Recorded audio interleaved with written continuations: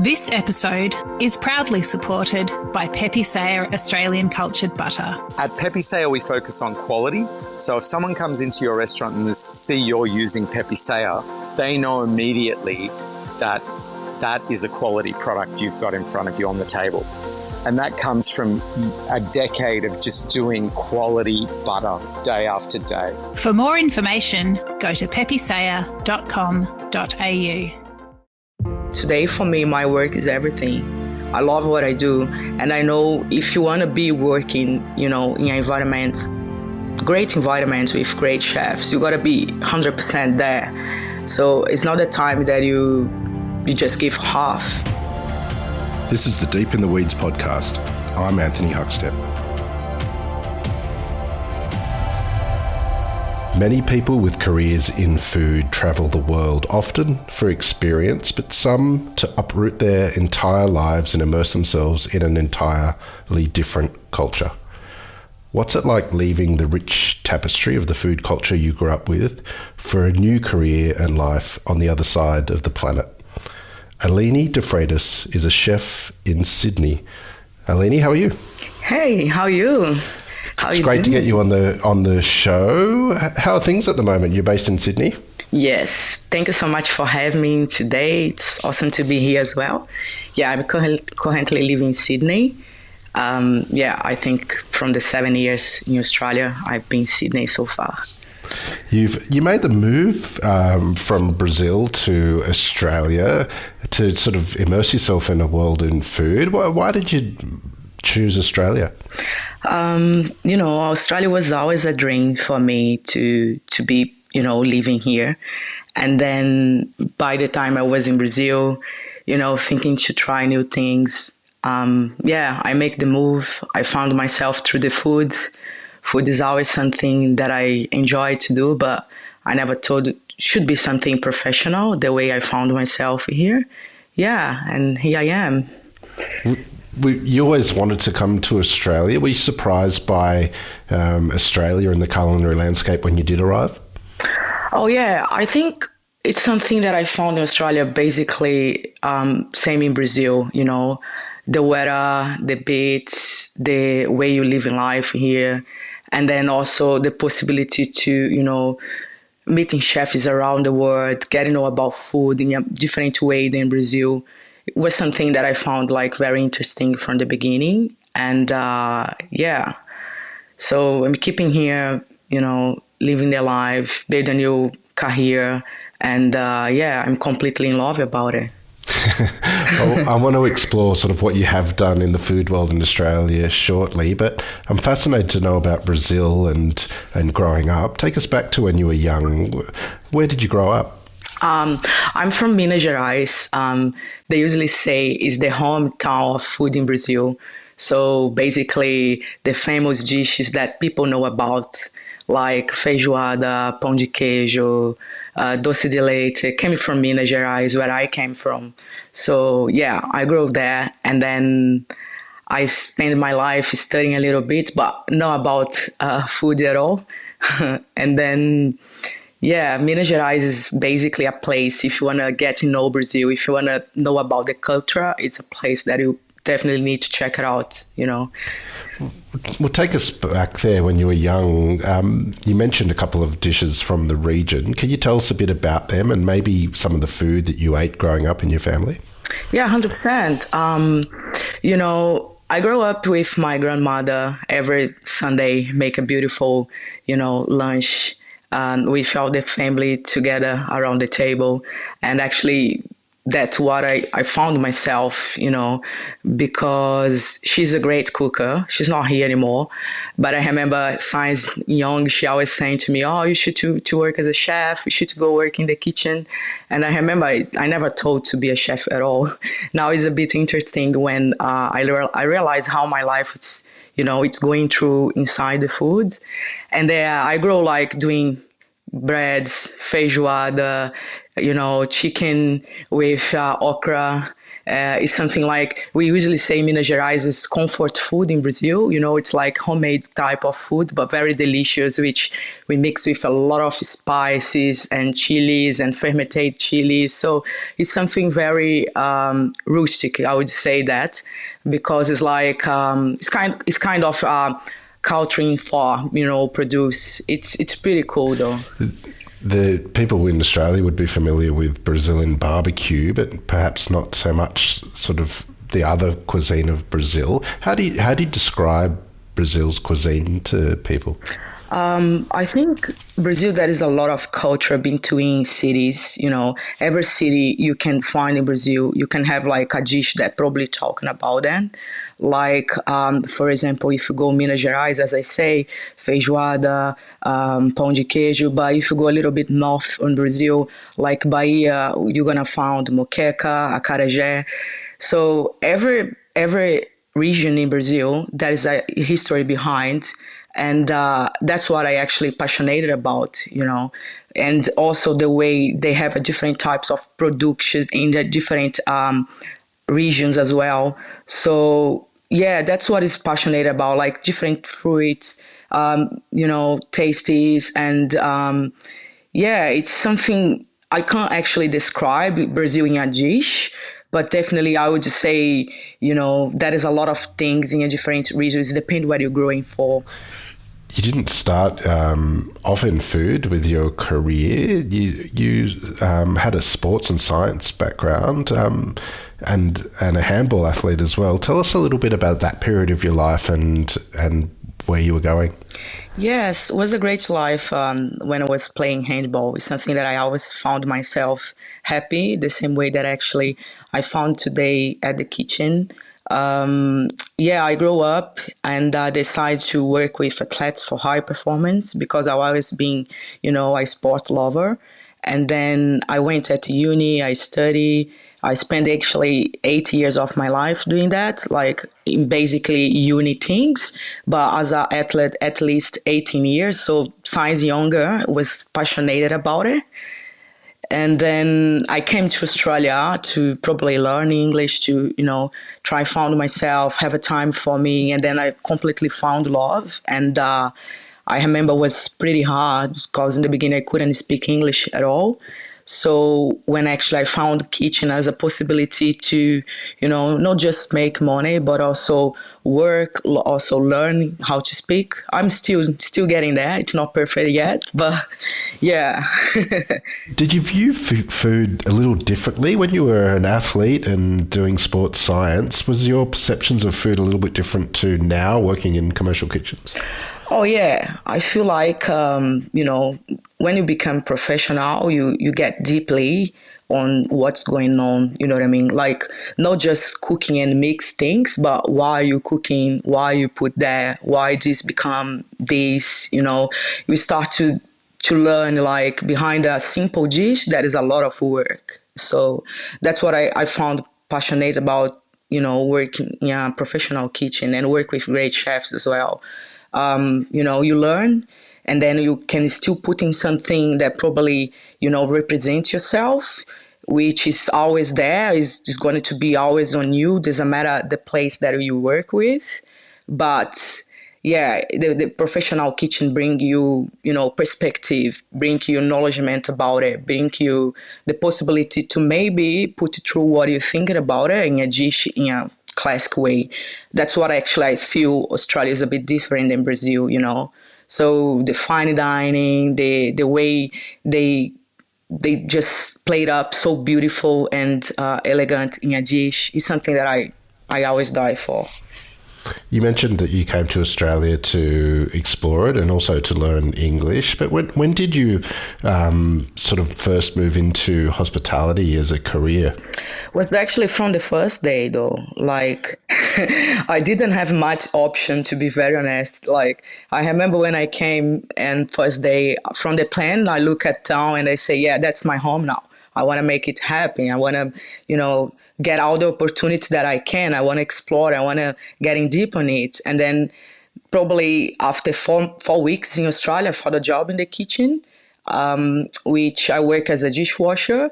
But I couldn't speak at all. But I'm always like kind of person, team player, proactivity, like doing things, see what's going on, have the sense to do that. Or if I couldn't do that, I'm going to help or not. And then I remember the head chef likes me.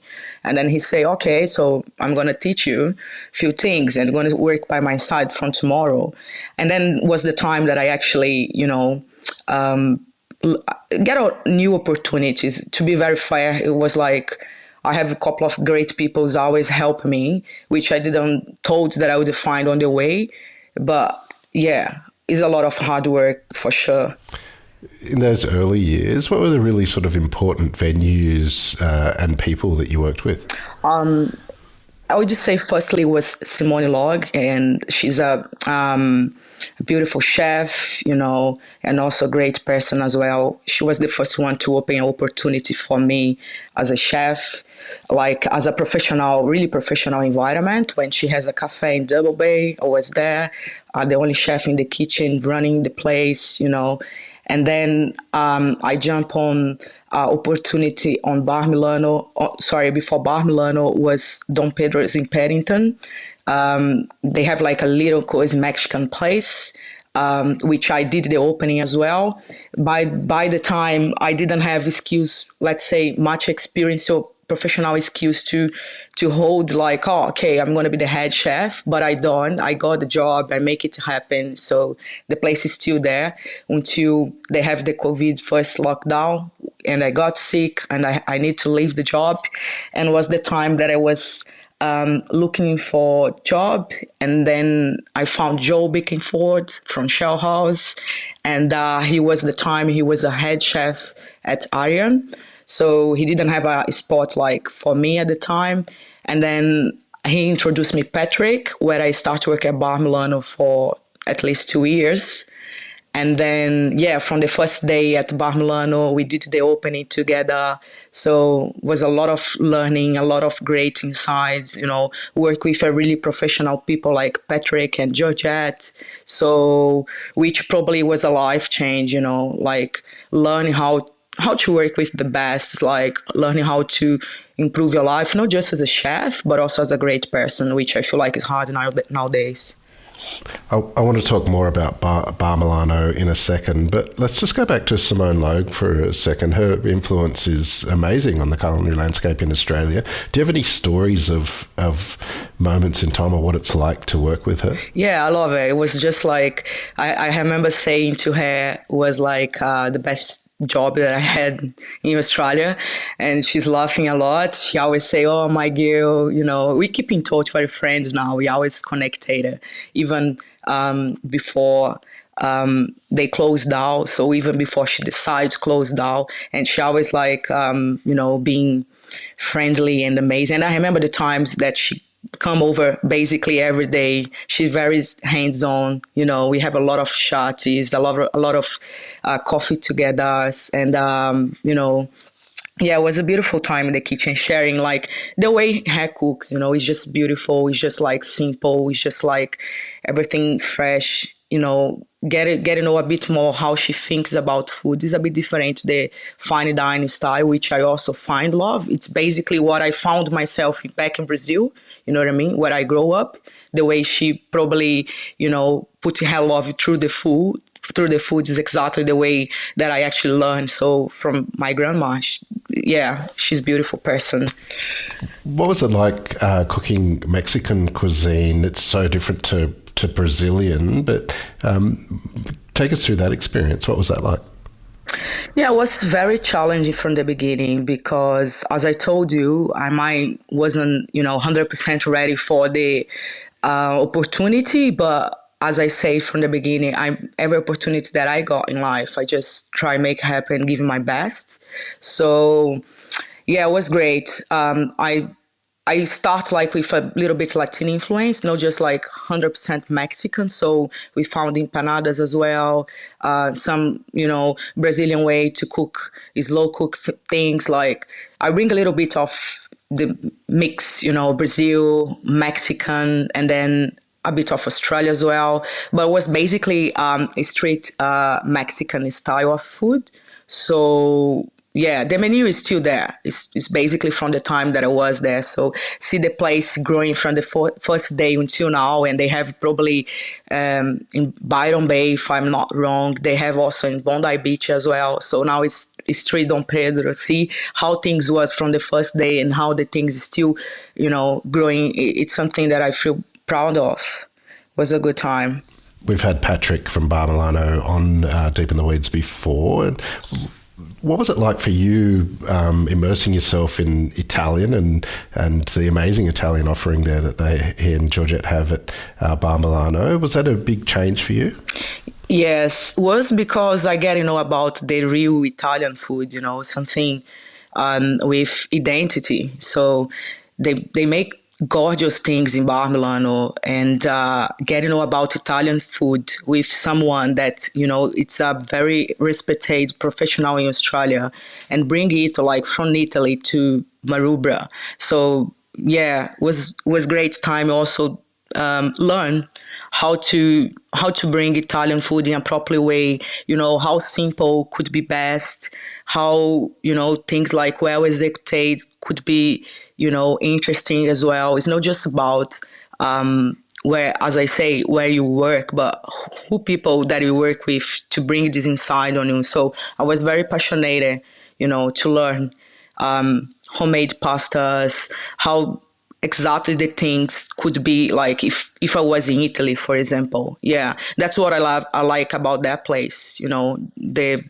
identity in the food. It's just beautiful. Joel Bickford has had an amazing impact with so many different venues, and as you mentioned earlier, he's with the Shell House Group now.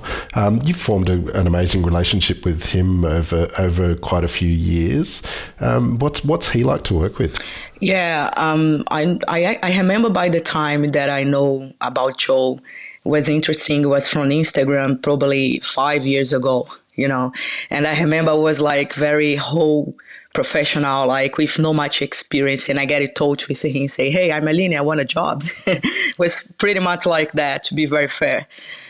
And then I remember he was like very sweet and replying back, and he was at Area as a head chef at the time. And then from that time we get in touch, we connected by Instagrams, we always there see what's going on, what's next.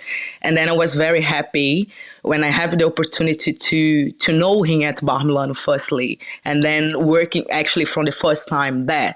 I knew Joe Bickford had a beautiful, identity as a food. Actually, that's why I'm passionate about it.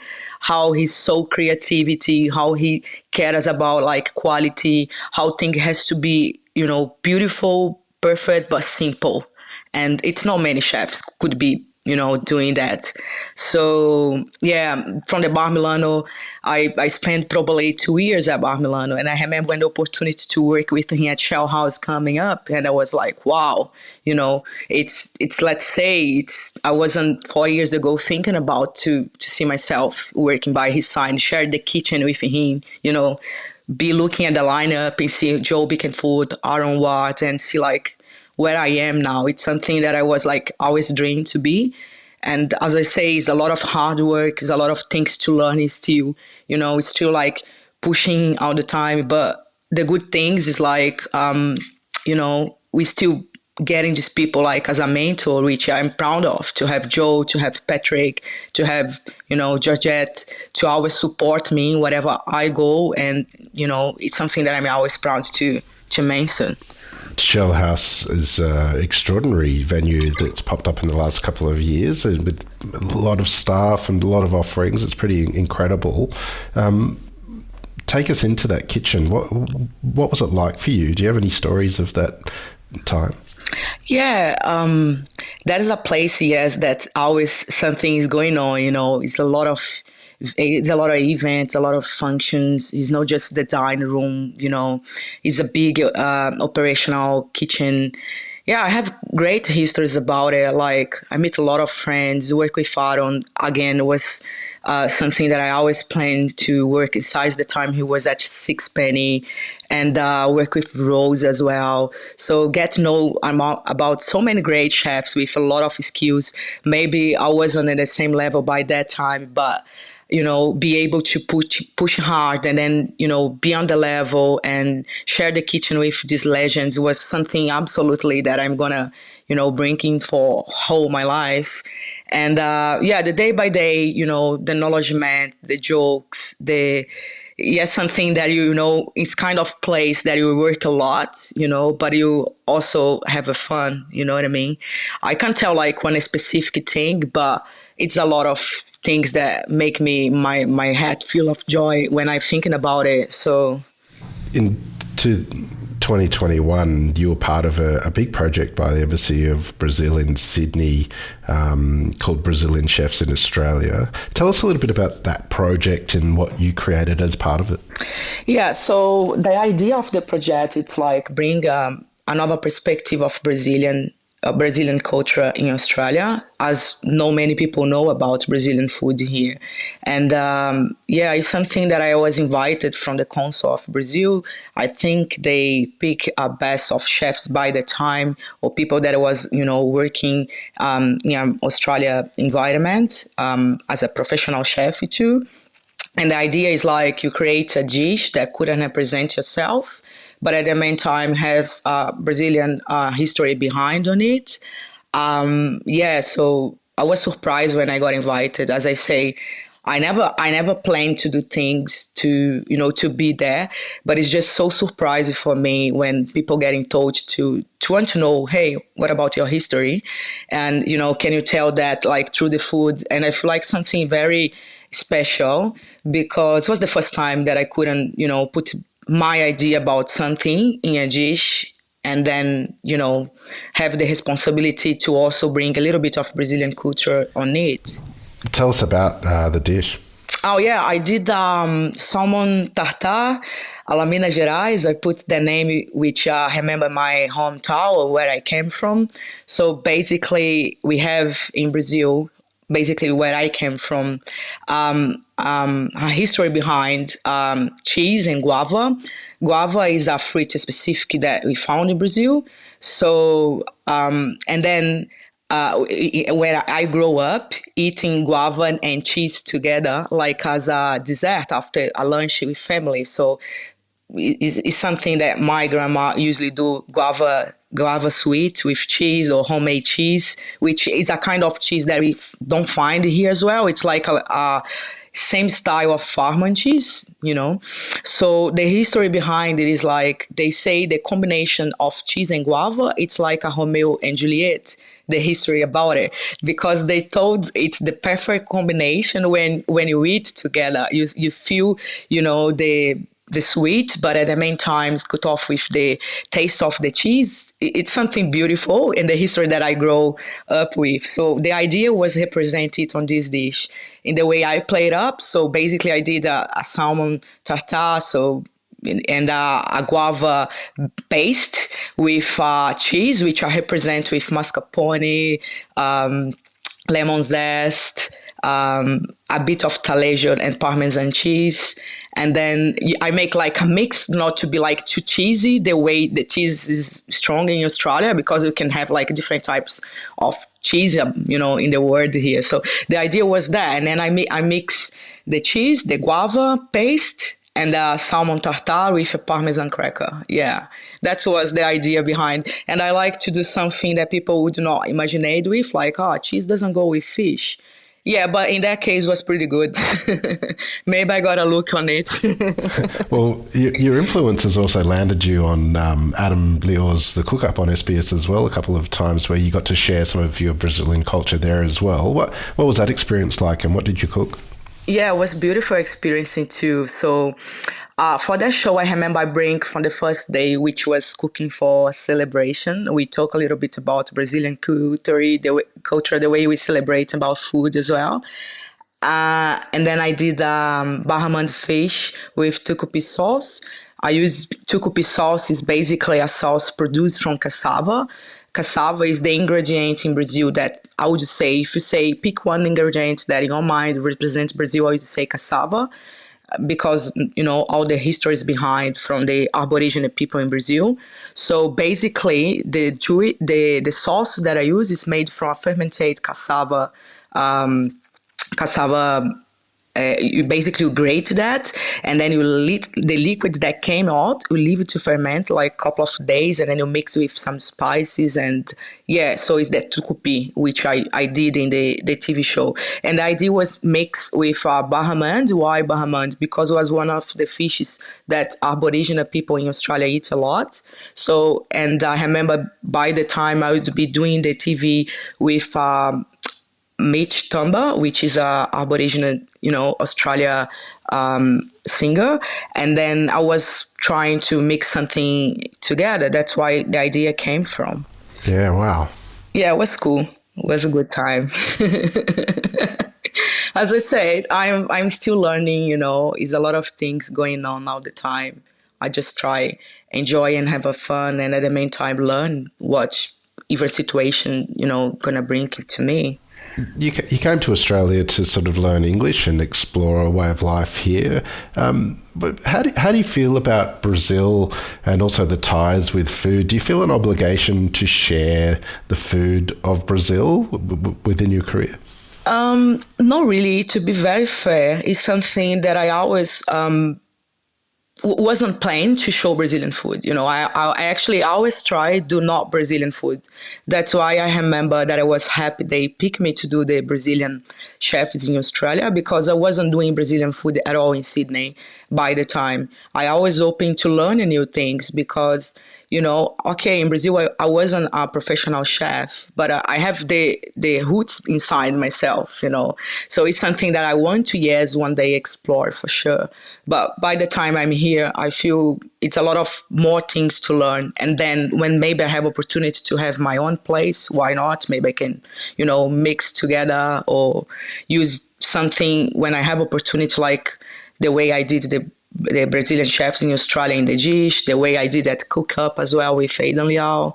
So yeah, it's not something that I feel like I have to, but sometimes, yeah. You've had some extraordinary experiences with some of Sydney's best restaurants, and you're kind of a free agent at the moment. What do you feel like? Where do you feel like you're headed? What do you want to get into sort of in the next year or so? I'm still thinking about it. It's interesting because you need to think what's next, but at the meantime, what's inside to you, even, to be very fair, I'm not sure. I want to keep doing a fine dining style for sure. It's something that I love to do it. But at the meantime, something that I can feel myself growing and do work with people that I admire, like Joe, like Aaron, like Patrick. So yeah, I'm still thinking about it. And the next steps is something's, on my mind yet, but yeah, I haven't decided anything. I'm still free to think it. Yeah. Has this move to Australia and sort of dive into the hospitality sector, has it changed you a lot? Yeah, I think so. I think the way, I thinking about not just food, but the way I thinking about life, yes, because you become like 100% your work, Today for me, my work is everything. I love what I do. And I know if you want to be working, in environments, great environments with great chefs, you got to be 100% there. So it's not the time that you just give half, you know what I mean? And hospitality changed my life in so many ways, for sure, because bring me the perspective to do what I like. But it depends what you want to, you know what I mean? Like, I feel like kitchen, it's my life now. And if I want to keep in work as a chef, I want to be work with the best. And I know the price of that. So maybe I'm not 100% available social, but I'm still there. You know what I mean? Always doing new things. I always think what's next. And that's what I'm passionate about it. You know what I mean? It's always something to learn. It's always a new place is opening. It's always a great chef incoming, up in the scenario. It's always some new product. So that's great. Well, very much looking forward to seeing what you do next. What do you love about what you do? I love the idea to do new things every day. Kitchen, I usually say, is a place without limit. You know what I mean? There is no rules, that not right and wrong. It's is all taught about what you building on the time, you know what I mean? So that's what I like in kitchen. It's something that you always can try. You always, able to learn. So what I'm going to do next? I want to do Italian. I want to do French food. I want to do Asian food. So it's always something interesting. It's always good things coming up. I think that's the opportunity to learn for sure a lot of things, and have a busy routine to put yourself. I love the kitchen environment, you know what I mean? Getting the noises, the pans, it's something that the adrenaline of the chefs, I would say that 100%. Well, Aline, it's an absolute honour to have you on Deep in the Weeds today, to hear just a part of your story, and very much looking forward to hearing about what unfolds from here. Please keep in touch and we'll catch up again soon. Thanks so much for having me here. It was a pleasure. And we keep in touch, and I can't wait to share with you all the next step too. This is the Deep in the Weeds podcast. I'm Anthony Huckstep. Stay tuned as we take a deep dive into the lives of the incredible people who ply their trade in the food and hospitality sector. Special thanks to executive producer Rob Locke for making this all happen. Follow us on Instagram at Deep in the Weeds Podcast, or email us at podcast@deepintheweeds.com.au. And be well.